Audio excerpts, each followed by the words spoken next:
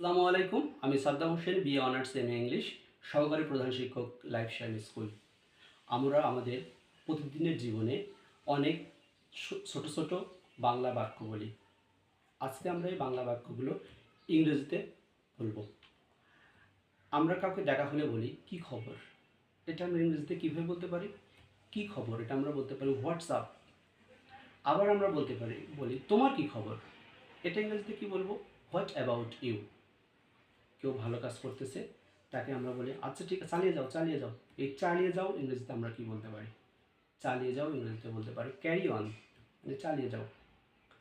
অনেক সময় দুজন কথোপকথনের মধ্যে হঠাৎ উচ্চ বাক্য বিনিময় বা উত্তপ্ত বাক্য বিনিময় হয়, তখন একজন আর একজনকে বলি আমরা ভাষা সংযত করো। এটাকে আমরা এই ভাষা সংযত করো, এটা ইংরেজিতে কী বলবো? এটাকে আমরা বলবো মাইন্ড ইউর ল্যাঙ্গুয়েজ। আমি আবার বলছি, ভাষা সংযত করো, এটাকে আমরা কি বলবো? Mind your language. আমরা অনেক সময় মানুষ অপ্রয়োজনীয় কথা বললে আমরা বলি আসল কথা বলো বা কাজের কথা বলো। এটাকে আমরা বলবো কাম টু দ্য পয়েন্ট।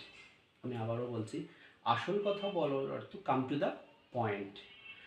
আমরা অনেক সময় বলি যে খোলাখুলিভাবে বললে যদি এটা বলতে হয়, তাহলে ইংরেজিতে বলতে হবে টু বি ফ্র্যাঙ্ক। আমি আবারও বলছি টু বি ফ্র্যাঙ্ক, মানে খোলাখুলিভাবে বললে। অনেক সময় একটা কাজ করতেছে বা একটা কথা বলতেছে, এটাই মানুষ বলে যথেষ্ট হয়েছে। এই যথেষ্ট হয়েছে এটা আমরা ইংরেজিতে বলতে পারি ইটস ইনাফ। যথেষ্ট হয়েছে, ইটস ইনাফ। কোনো একটা ঘটনা ঘটেছে, আমরা হঠাৎ সেখানে আসলে আমরা বলি কী হয়েছে।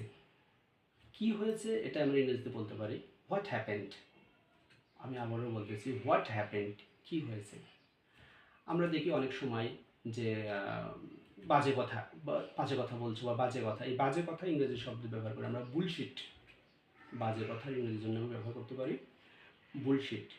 কোনো একটা সুন্দর শান্ত পরিবেশ দেখে অথবা এরা দৃশ্য দেখে, সিনারি দেখে আমরা বলি কী শান্ত। এটাকে আমরা বলবো কি, যে হাউ পিসফুল, কী শান্ত।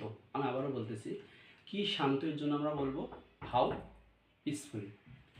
এরপরে যদি আমরা বলি যে চলো কোথাও বসি, চলো কোথাও বসি, এক্ষেত্রে আমরা কি ইংরেজি ইউজ করবো?